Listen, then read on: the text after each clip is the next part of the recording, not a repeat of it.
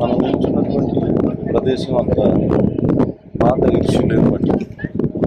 ఎరుషలేం పట్టణం, పితరుల సమాధుల పట్టణం అని బైబిల్లో రాయబడినటువంటి నెహెమ్యా ఎజ్రా కాలంలో ఈ పట్టణం కొరకే వారు కన్నీరు గాచి ఏడ్చి వారు అక్కడి నుంచి రాజుతో మాట్లాడి వచ్చి ఈ పట్టణం అంతా కట్టబడింది.